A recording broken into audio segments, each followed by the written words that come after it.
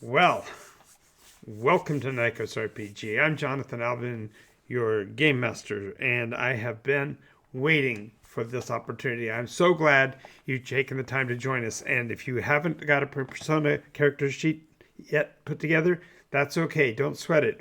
We're actually going to be beginning in the middle of the story, and so we don't need to necessarily worry about the details of what your character is in the game. I know you're watching live streaming, you're watching videos over and again, and you're just wanting to see what's going on. I wanted to introduce you to the world of Nycos and tell you a little bit about the story as it is right now, and you are more than welcome to join us.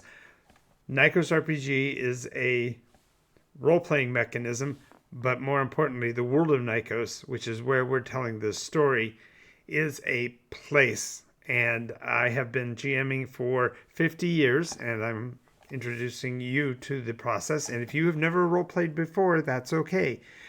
Just take some time, listen to the story, and whenever you feel ready to become a participant, feel free to do so. I have been, as I said, doing this for a really long time, and for the last 3 or 4 years, I've been making videos talking about how I can help you make your story great. I've talked about how role playing has been useful, how role playing can be made better by adding a little bit of kindness, a little bit of politeness, a little bit of decorum. And now I'm embarking on bringing you, I'm talking, yes, you who have never role played before, into the realm of role-playing games and into the realm of Nycos in particular. It doesn't require any background experience. It doesn't matter. If you have a inkling to be part of the story, consider yourself in with us. If you haven't been here before, do check out our videos and take a look at what we've produced so far. And yes, I apologize for the sound in my neighborhood. I don't have a soundproof room to broadcast from.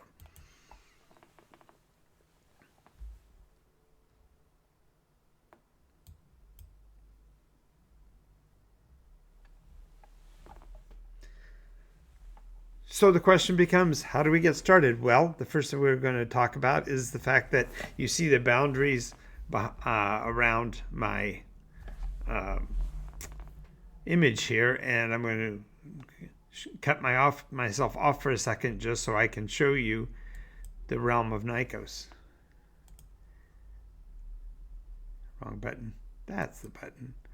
All right, so the world of Nycos is a rather large expanse. It has been explored considerably, and the adventuring groups have traveled the length and the breadth of this land over 5 decades. I started playing when I was 11, and I've never stopped. The creation of the map took a few tries, and it has been effectively the same for virtually 46 of those 50 years. And therefore, the places have become familiar to those who play and are covering all kinds of categories. I won't go into all the details, of course, but the idea here is that how do we start a story? We start a story by creating something interesting. And as we are roughly 1/3 of the way through the iteration at this point, we have about 2 years of adventure story to catch you up on. Now, I'm not going to belabor all the points, but I will bring you up to where we are right this point.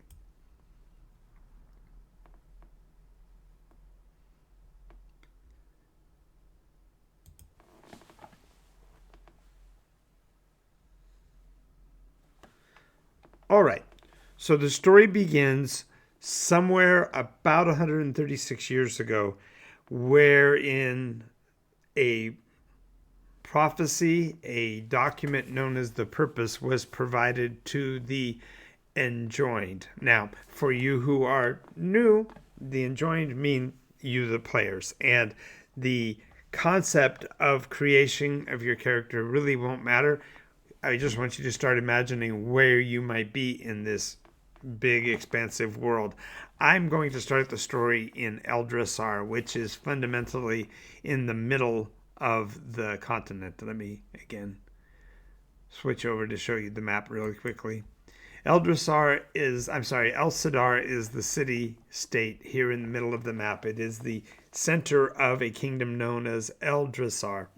And about, as I said, a century and a half ago, players began to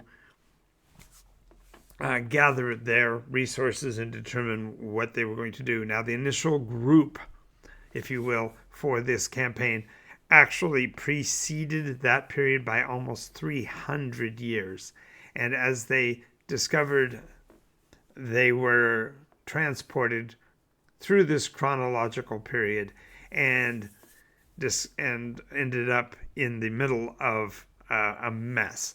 They were to the west, far west of El Sadar, and though the city-state of El Sadar is the center of commerce and center of industry, nonetheless, the adventuring party found itself far to the west in a city called Salafort. Now, in the city of Salafort, there was a governance that was being led by a Faline. Now, in the world of Nycos, there are more than 35 different species that can be played, and in this case, the king was a Faline, and a Faline is fundamentally an anthropomorphic great cat, in this case, Leonid, and his name, of course, would be I'm trying to remember who it was. I believe it was Prince John, and Prince John was assigned the area of Salafort because of his direct relationship to the emperor, if you will, of the second Genesis kingdom, known as Swarthir. And this Swarthiri leader had assigned his nephew, John, to the role of being the leader of Salafort. In order to maintain the peace, there had been some conflicts recently concerning the arrival of the champions of a previous iteration, and there was concern that the realm might be in danger from these interlopers from the past.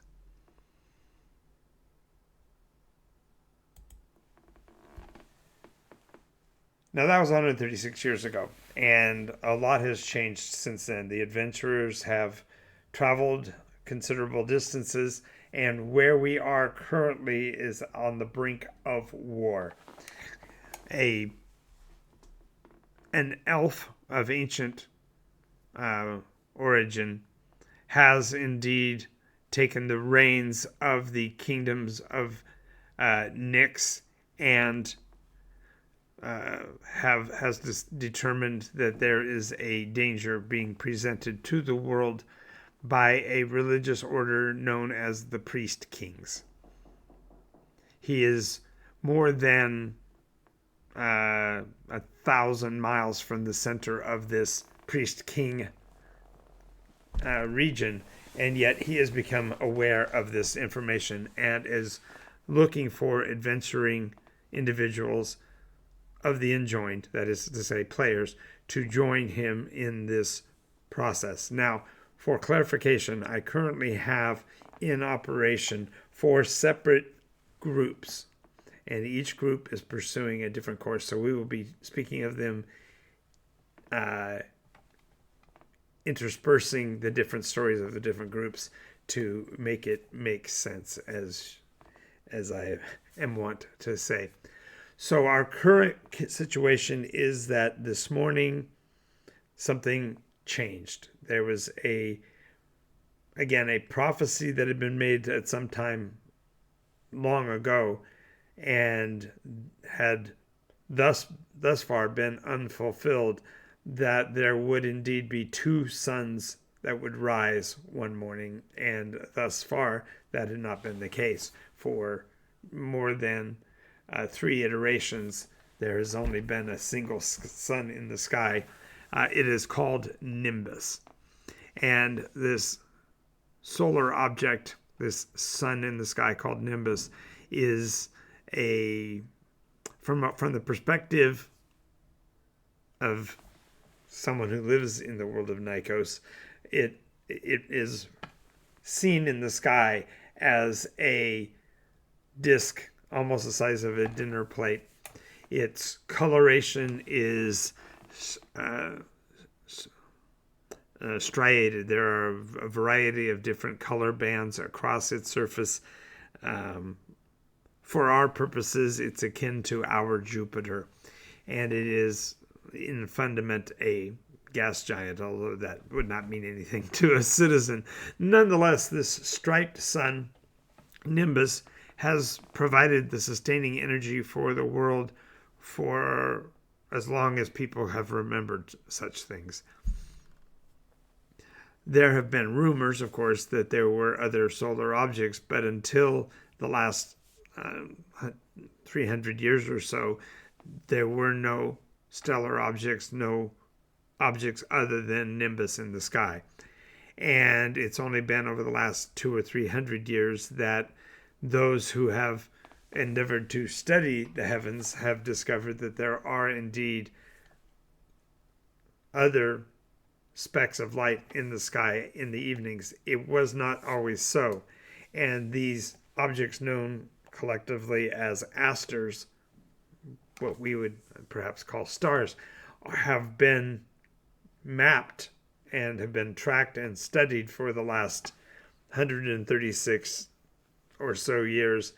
And it's only in the last decade, actually in the last 4 or 5 years, someone has endeavored to actually attempt to use these asters to navigate beyond the horizon. Up until this point, all the oceanic areas beyond the boundaries of the coastal areas were considered to be black water, and those who had sailed off into that blackness generally never returned. And if they did, they told of harrowing stories of horrible monsters, great dangers, tidal shear, great squalls. It was always a bad news situation to enter into the black water. So only just recently has someone endeavored to pass beyond the veil, so to speak, into the black waters. And literally 4 weeks ago, that individual group endeavored to make their return trek, and there is but a lone survivor who made that trek. We will be talking about that persona in a bit, but the situation is with these stellar object, this second sun now appearing in the sky, literally on the shoulder. It literally seems to be peeking from behind this our normal sun Nimbus. And from the histories, they've determined that its name is more than likely Helios. And so therefore a religious cult well in advance of this had been prophesying and calling for the return of Helios to the sky, and this group are known as the perihelion. And the perihelion have awareness that there is a tome, a great magical, mystical book that has been lost for many, many iterations, or at least many, many years, and that the rise of Helios is a signal that the book has finally been discovered somewhere in the world. And therefore, it is believed that in the passage of time, as Helios passes across the sky, until such time as it again recedes behind Nimbus, that that is the amount of time they have to discover where this book is and put it to use. Now, that's only one story of the many stories that are going on in the world of Nycos. So let me stop at that point and retrace our steps. At the beginning of this iteration, about 136 years ago, two great magi, two great artisans of magic came into the existence and sprang upon the world a whole second Genesis. This phrase, second Genesis, refers to close to 20 new species of beings, apparently historically derived from mortals, or conversely elevated from their lowly state to the equivalent with mortals. That is to say, they are of parallel capabilities to the human population. And these have manifested as the descendants or the followers of the first of these two agents, known as Maro, and the second half to have come from or followed through a descendancy from the second Magi, known as Bathra. So the Marrowan and the Bathrican are the two meta species, if you will, that came into existence. In the first case, those who were descended or brought forth by Maro are the warm-blooded creatures. So they are the mammalians, they are some of the bird kind, called orniths. And there are dozens of these species. So as a player, stepping out of the story for a moment, as a player, you can choose to play any of these second Genesis species, also collectively known as the Secgen. So they would be manifested as, again, they have their own names. So the Faline, as I've mentioned, are cat folk, and they are Marrowan. There are also Canine, there are Leporine, which are rabbit folk. There are the pachyderm men, also known as packmen, and so on. And this wide variety of species is only half of the story, because there are also the, as I've mentioned, the elves, but they are known as the Eldrin, and there are the Grundim, which are the dwarf-like hardy rock descendants. Then there are the mannequin, as well as the fair folk. And so there's a huge variety to choose from.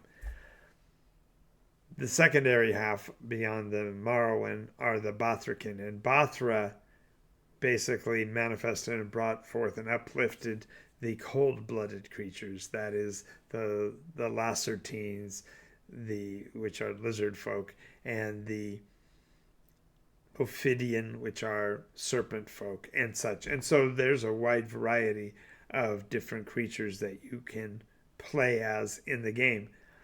Well, as Maro and Bathra brought these two great events together and created this second Genesis, there was an explosion of population across the world as these groups endeavored to identify themselves and make a name for themselves as they spread out. And they are every bit as fecund as the human population, and so it didn't take very many generations before they had fully populated the area.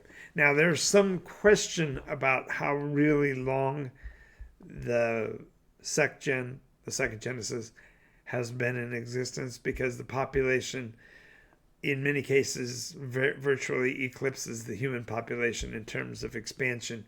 And so there's question on whether or not there may have been more involved in the creation than has been portrayed. But of course, these are all things that those who survive simply take as matter of course and haven't pursued. But there are adventuring players who are endeavoring to learn about this second Genesis and how it came to be in reference to this prophecy that I mentioned before, this grand purpose document. And so they are endeavoring to pursue that. A third group discovered that the world itself has been in a basic stasis, remaining in place fundamentally or as a result of these physical locations known as the ziggurats. And there are 6, possibly 7 of them. There's many rumors about that, but there is an entire separate group who are pursuing that endeavor to discover where these ziggurats are, how they play into this prophecy, what their impact might be on the now present Helios, and so on. So that's an entire third course. An additional group is simply trying to establish the purpose itself and accomplish all of the things that are included in that prophecy. So I say all of that to say all of this, that these stories are ongoing and have been in process for more than 2 years in this most recent iteration. Generally, the iterations take about 6 or 7 years to play out, so there's a lot of adventuring yet to be done, and you, my friends, are invited to be a part of it. Now, next thing we're going to want to talk about is how you can be a part of this story.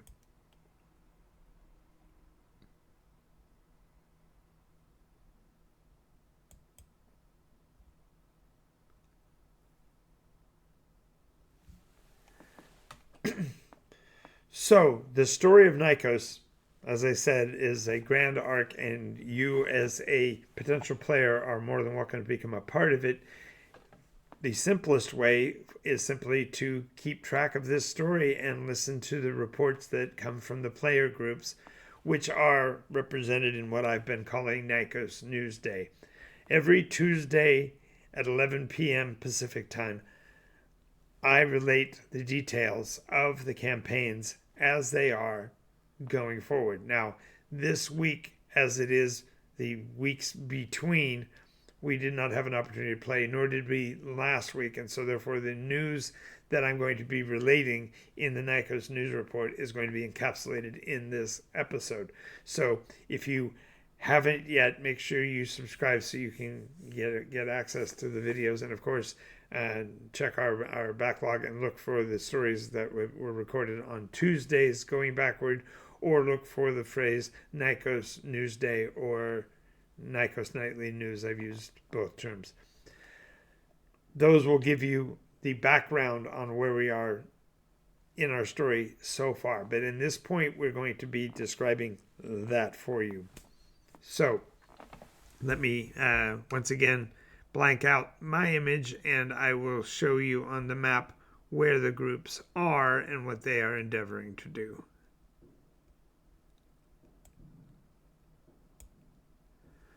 Alrighty, so we have currently 4 public and 2 private sessions that are being played, and we're going to be talking about each one separately. I'm going to be starting with the group that is played on Sundays. That is one of my Patreon supporter groups, and if you want to be a participant and play with us, you can actually join that by supporting us at patreon.com/Nycos. And if you become a supporter at the $20 value, you get access to our Discord. And actually, you get that at a lower level. But in order to become a player, you gain access to the Discord.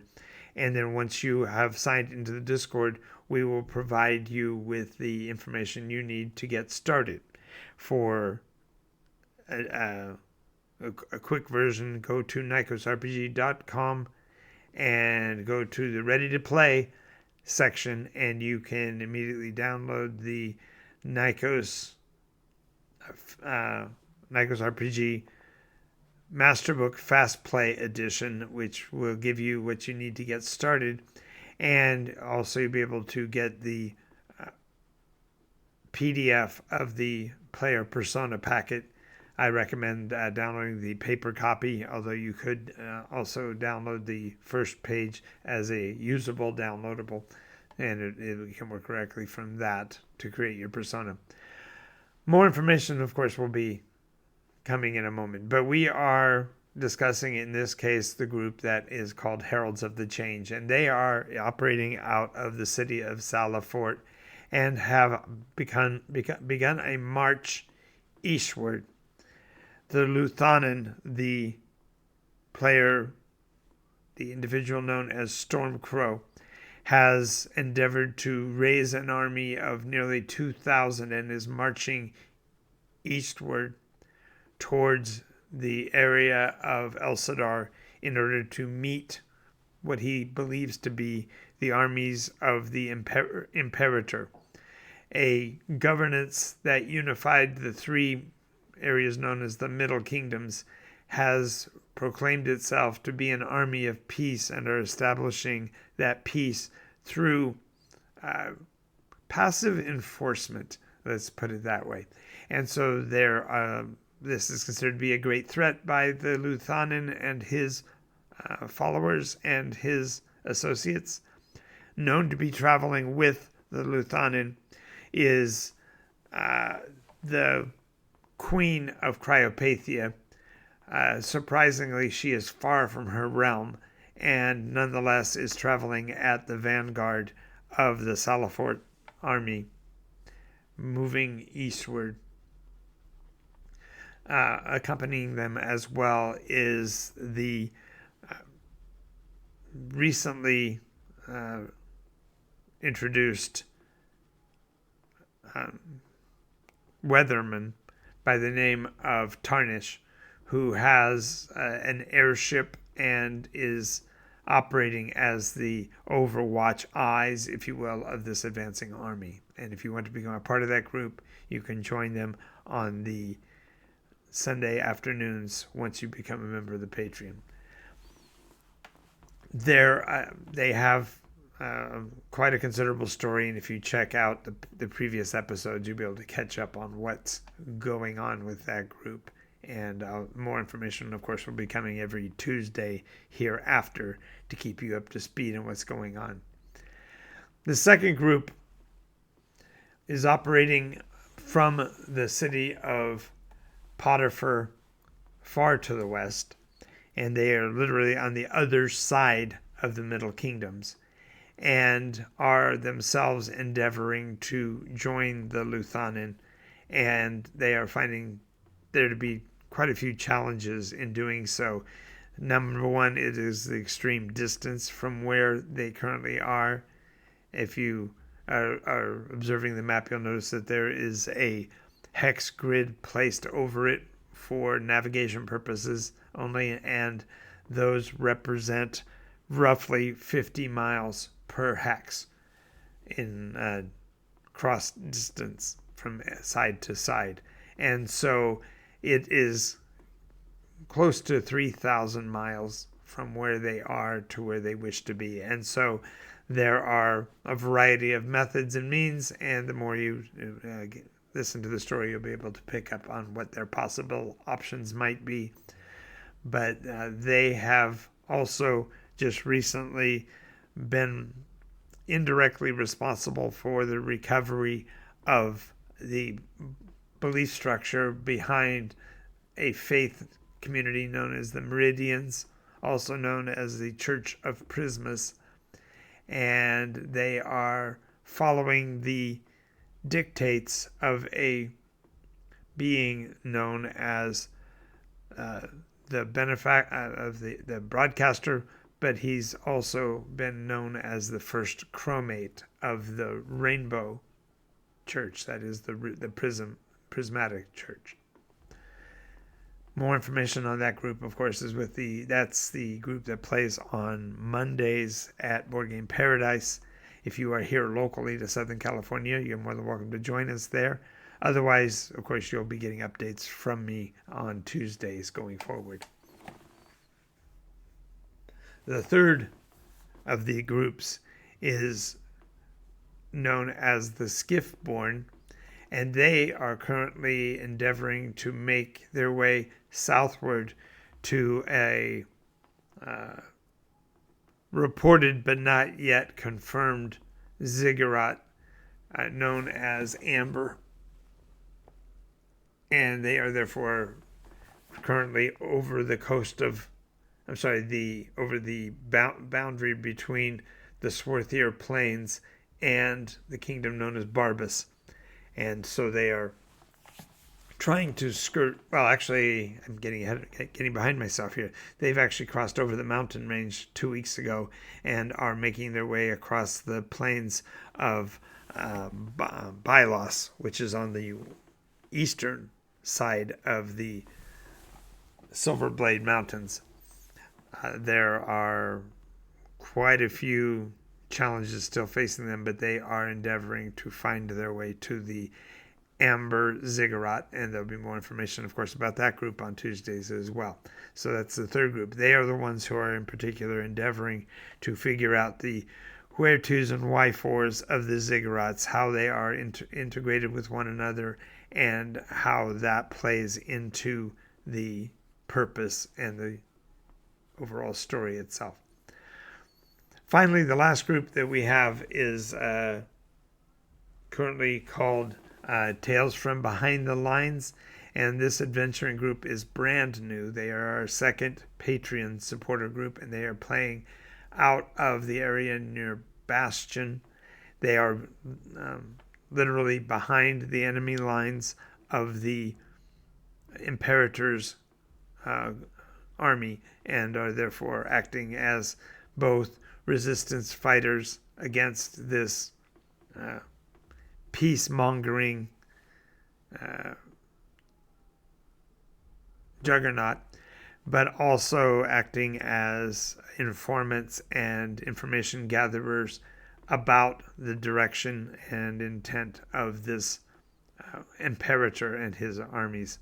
They have discovered, for example, that that the leader's name is Darken Vol, and are endeavoring to find out what his boggle is as well. So those are the four groups that are currently playing. So if you want to become a participant, in the case of the Skiffborn, they are actually playing on Tuesday evenings from 6 o'clock until 10 p.m. Pacific time in Redlands at the Board Game Paradise store. So 2 of the games are online and 2 of the games are in at the Board Games Paradise location. Alrighty, so how do you get started? Well, if you are intrigued in any one of these 4 stories, you can ask additional information from me either through the chat while we're on Twitch live, or you can also respond in the comments section and let me know what you'd like to know, which group you would like to be a part of, and how we can coordinate that. The game sessions are ongoing throughout the next 4 or 5 years, and potentially beyond that. As I said, I've been GMing for 5 decades, and there's no end in sight to that.